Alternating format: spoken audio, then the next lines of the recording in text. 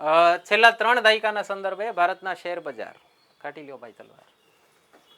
Share બજાર અને અર્થતંત્રનો પારસ્પરિક સંબંધ, inter relationship of Indian stock market and economy over the last 3 ડિકેડ્સ. ચાલો મારા શેર બજારના ધુરંધરો આવી જાઓ, કલમ તાજી કરીને કમેન્ટ સેક્શનમાં આવી જાજો. બીજા કાંઈ ઉદાહરણ તમને લાગે તો કહેજો. અને જો તમે આ વિડીયો જોતા હો અને સેક્શન બી નો સેકન્ડ ક્વેશ્ચન ન હોય આમાં, તો સમજજો કે એ છે ને યુટ્યુબના નિયમો પ્રમાણે અમુક એમાં પ્રતિબંધિત શબ્દો દેખાતા હતા બોર્ડ ઉપર, તો એટલો હટાવીને મૂક્યો હશે ફરીથી. બરાબર, તો જરાક કોઓપરેટ કરજો. ઓકે, તો સમજજો કે આ કારણથી હટાવ્યો છે. એ વિડીયો અલગથી મૂકી દઈશું, એનો જે સેકન્ડ ટોપિક હતો ને. ઓકે, હા, ઇકોનોમી અને સ્ટોક માર્કેટ વચ્ચે શું સંબંધ હોય? કોઈ પણ એવું કહેવાય કે શેર બજારની ભાષામાં એવું કહેવાય કે કોઈ પણ દેશની દેશી ભાષામાં કહું છું, કોઈ પણ દેશની ઓકાત માપી હોય ને તો એ દેશનું શેર બજાર જોઈ લેવાનું. વાહ. કેમ કે પોલિટિશિયન કાયમી પરસેપ્શન્સ એના દેશ તરફી બનાવે, દેશના લોકો એના દેશ તરફી બનાવે, તો શેર ઉભા.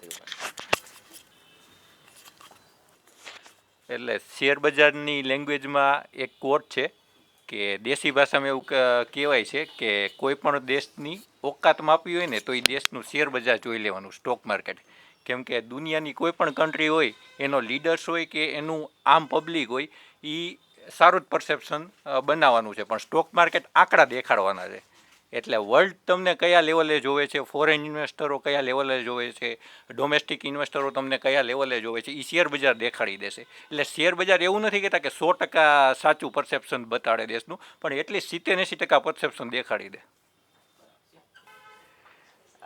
ઇકોનોમી અને સ્ટોક માર્કેટ ઇન્ટરકનેક્ટેડ છે. બહુ સરસ કીધું તેજસે કે કોઈ દેશની શબ્દ જરાક સંસદીય વાપરો કે કોઈ દેશની ઇકોનોમીની ભાડ મેળવવી હોય, બરાબર, ઓકાત ન વાપરી આપણે.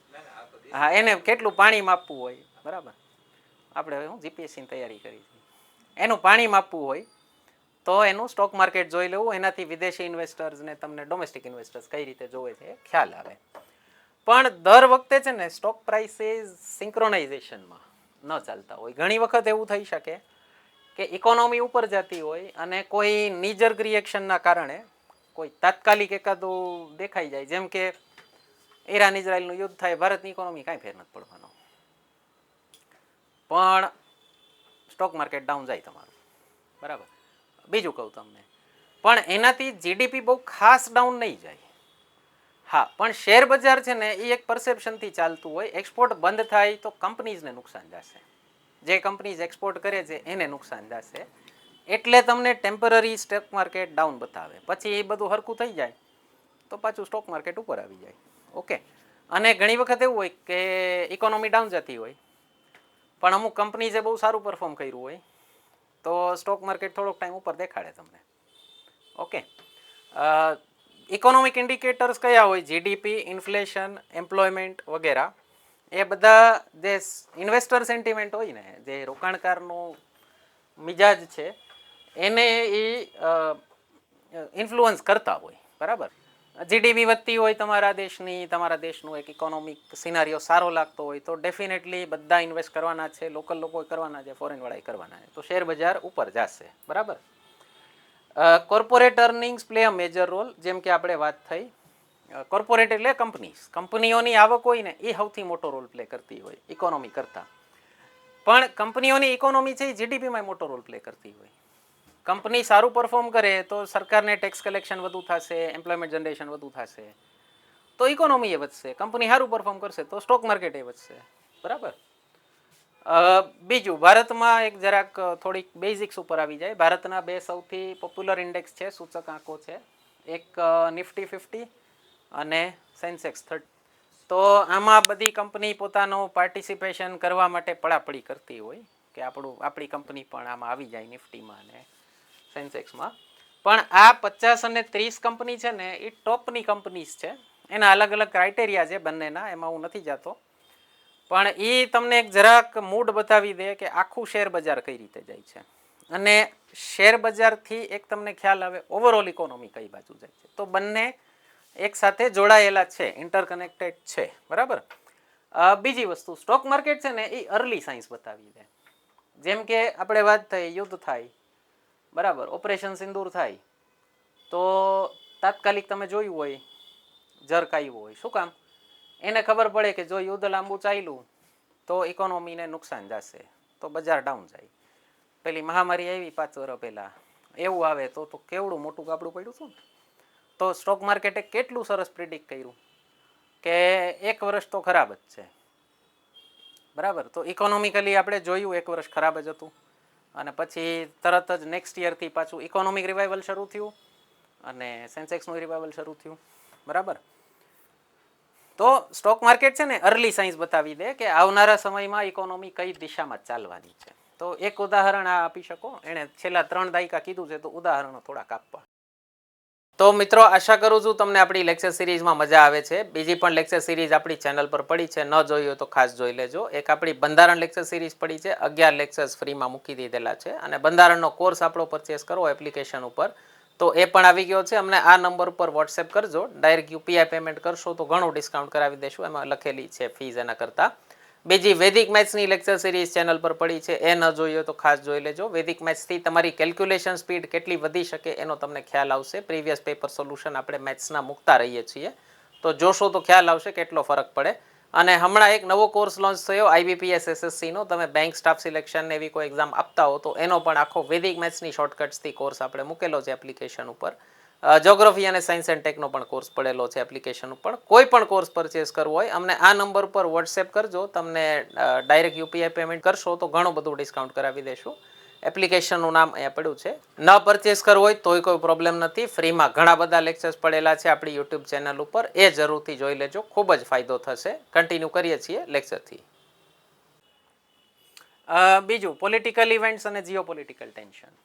તમે ક્યારેય પણ જુઓ ને કે કોઈ સરકાર જીતવાની હતી અને આમ બધાય ઓલાનો સટ્ટા બજાર ગરમ હોય કે આ સરકાર રિપીટ થઈ જાય. 2004નું ઉદાહરણ આપું તમને, વાજપેયી સરકાર રિપીટ થવાની હતી, બધાએ બેટ મારી, ન થઈ રિપીટ, તો જોઈ લેજો એ દિવસે શેર બજાર કેટલું ડાઉન હતું, બરાબર. ખીચડી સરકાર આવે, હંગ પાર્લામેન્ટ, બરાબર. નવી સરકાર આવે તો ફરી શકે. નવી સરકાર કેવી આવી છે, મજબૂત આવી છે, નબળી આવી છે. અબકી બાર 400 પાર થઈ જાત તો સેન્સેક્સ ખૂબ ઉપર હોત. ન થયું તો જોઈ લ્યો તમે, છેલ્લા 1.5 વર્ષમાં શેર બજાર હજી ઓલી ગતિએ પકડાયું જ નથી. ઓકે, છેલ્લા 10-12 મહિનામાં, ઓલમોસ્ટ 12 મહિના થઈ ગયા ને, 85,000 ટચ કર્યું હતું એને, બરાબર. તો એનાથી પણ ઘણા અસર થતા હોય. કોઈ કી સ્ટેટમાં કોઈ કી પાર્ટી જીતી જાય, ઉપર જઈ શકે, સામેની પાર્ટી જીતી જાય, નીચે જઈ શકે, બરાબર. આ બધા થતા હોય. જીઓપોલિટિકલ ટેન્શન વાત થઈ ગઈ આપણે. ઈરાન ઇઝરાયલ યુદ્ધ થાય અને તમને એમ લાગે કે ઓકે હવે તેલની ક્રાઇસિસ આવશે, તો તેલ ઉપર તો આખી દુનિયા નિર્ભર છે ઇકોનોમી, તો બજાર ડાઉન જઈ શકે. ટૂંકમાં સ્ટોક માર્કેટના ઘણા બધા પરિબળો હોય, અને એક સૌથી વધુ સ્ટોક માર્કેટ કામ કરતું હોય, 1 મિનિટ, સૌથી મોટો factor stable government. Stable government. Very good. જરૂરી નથી કે તરત ગવર્મેન્ટ બને એટલે તરત માર્કેટ ઉપર જાય, પણ policies ease of doing business easy થતું જાય ધીરે ધીરે, એટલે સ્ટેબલ ગવર્મેન્ટ બહુ મોટો ફેક્ટર છે.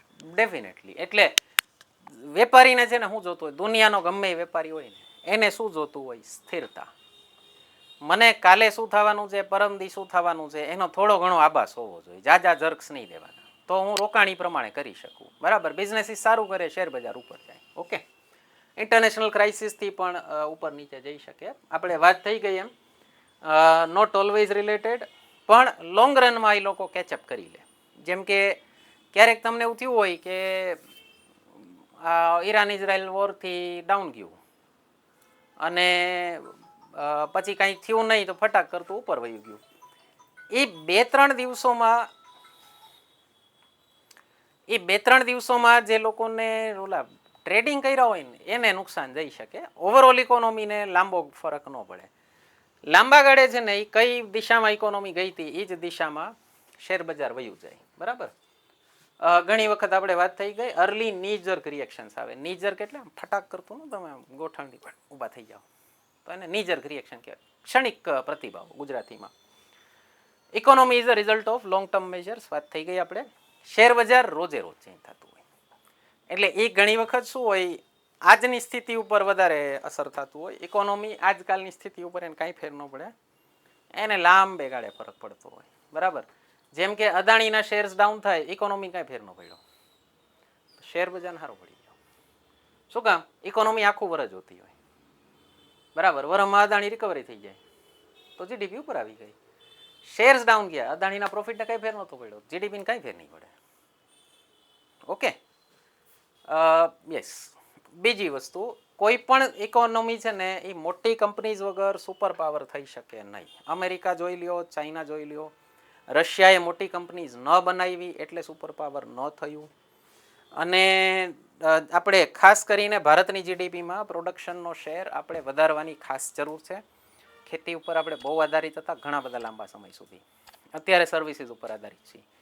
ચાઇનાનો જે ગ્રોથ થયો એ પ્રોડક્શન હબના કારણે થયો. અમેરિકાનો જ્યારે ગ્રોથ થયો હતો, જર્મનીનો ગ્રોથ થયો હતો, ઇંગ્લેન્ડનો ગ્રોથ થયો હતો, પ્રોડક્શન હબ્સ હતા બધા. ઓકે, તો એ પ્રોડક્શન વધશે એટલે શેર બજાર તમારું ટૂંકમાં બધું ઇન્ટરકનેક્ટેડ છે જ. ઓકે, બંને એકબીજાને ઇન્ફ્લુઅન્સ કરતા હોય. અમુક ઉદાહરણ આપી શકો. હર્ષદ મહેતાવાળા કેસમાં સૌથી મોટો ફોલ થયો હતો કેતન પારેખ. બરાબર, અને એનાથી શું ફરક પડ્યો? સેબી નામની સંસ્થાને કાયદાકીય સ્ટેટસ મળ્યું, કાયદાકીય દરજ્જો મળ્યો, એના પાવર્સ વધ્યા. આપણે એક ક્વેશ્ચન પૂછ્યો હતો જીપીએસસીએ કે સેબી ને ઇરડાની બધી સંસ્થાઓએ કેવું કામ કરેલું છે, એનો મૂકેલો છે અમે સરસ વિડીયો, જૂનો વિડીયો છે, આવું ડિજિટલ બોર્ડ નથી પણ કન્ટેન્ટ હારે મતલબ રાખજો. તો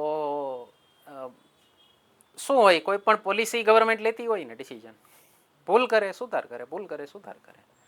બરાબર, તો આ ઉદાહરણોથી આપણને એક સારી મજાની સંસ્થા મળી ગઈ સેબી. બરાબર, રિલાયન્સ કોઈ જમાનામાં કહેવાતું, રિલાયન્સને છીક આવે તો શેર બજાર શરદી થઈ જાય. અદાણીનું રિસન્ટ એક્ઝામ્પલ આપણે જોયું. તો આ બધા ઉદાહરણ છેલ્લા 3 દાયકા કીધા છે તો કહી શકો. રિસન્ટ ઇવેન્ટ હમણાં આપણે જે ચર્ચા કરી એ ઉદાહરણ આપી શકો. બરાબર.